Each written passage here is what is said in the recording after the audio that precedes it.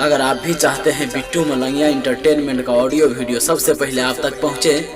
तो लाल बटन को दबाकर चैनल को सब्सक्राइब करें और बेल आइकन दबाना ना भूलें। अभी आप सुन रहे हैं गायक अमर यादव को। आप सुन रहे हैं बिट्टू मलंगिया एंटरटेनमेंट को। भेलो पिया हाथ बने छे सत्ता बाराती लुकल सामान तुहारा हलो ने बाराती भेलो पिया हाथ बने छे सत्ता बाराती लुकल सामान तुहारा हलो ने बाराती कनकी चलावे सिस्टम हिलावे कनकी चलावे के सिस्टम हिलावे जहिया तू होगे कुमार छले आगे खरही में तू खरखरा बैठले आगे खरही में तू खरखरा बैठले भेलो बिया हाथ बने छे सत्ता बाराती लुटल सामान तोहर हलो ने बाराती भेलो बिया हाथ बने छे सत्ता बाराती लुटल सामान तोहर हलो ने बाराती कनकी चलावे सिस्टम हिलावे कनकी चलावे के सिस्टम हिलावे जहिया तू होगे कुमार छले आगे खरही में तू खरखरा बैठले आगे खरही में तू खरखरा बैठले खरही में तू खरखरा बैठले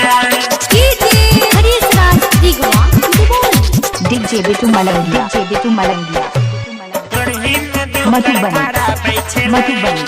गाँव के रखने छे बूढ़ा बाबा तार गे भैया सब अखनो छे हमर कुमार गे गाँव के रखने छे बूढ़ा बाबा तार गे भैया सब अखनो छे हमर कुमार गे डीजे वाला के तोरा लजे तो उठा गाड़ी छे छोटा पाले टीना पर बैठा डीजे वाला के तोरा लजे तो उठा गाड़ी छे छोटा पाले टीना पर बैठा छाती सटावे ओढ़नी उड़ावे छाती सटावे के ओढ़नी उड़ावे गाछी में तू बोला बैठले आगे खरही में तू खरखरा बैठले आगे खरही में तू खरखरा बैठले डीजे बिट्टू मलंगिया मधुबनी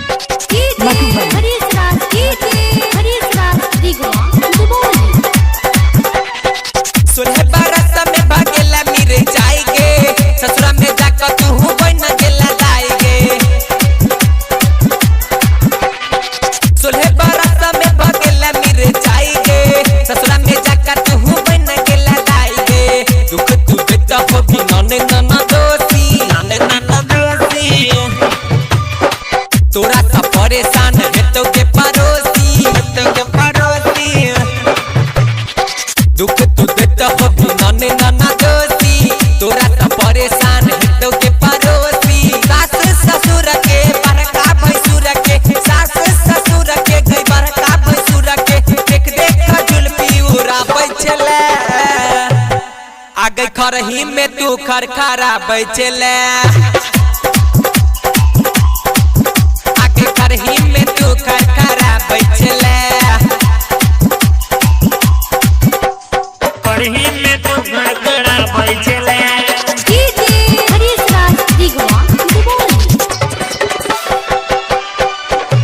खरही में तू खरखरा बैठले शिवन डीजे से तू लले ना डरेस गे मजा लुटे छौ छौरी डीजे रुकेश गे शिवन डीजे से तू लले ना डरेस गे मजा लुटे छौ छौरी डीजे रुकेश गे अमर यादव कहो बने में विदेशी कामते हाथा छे के बन रहे देसी गायक अमर कहो बने में विदेशी कामते हाथा छे के बन रहे देसी भीषण पाक हमरा बगा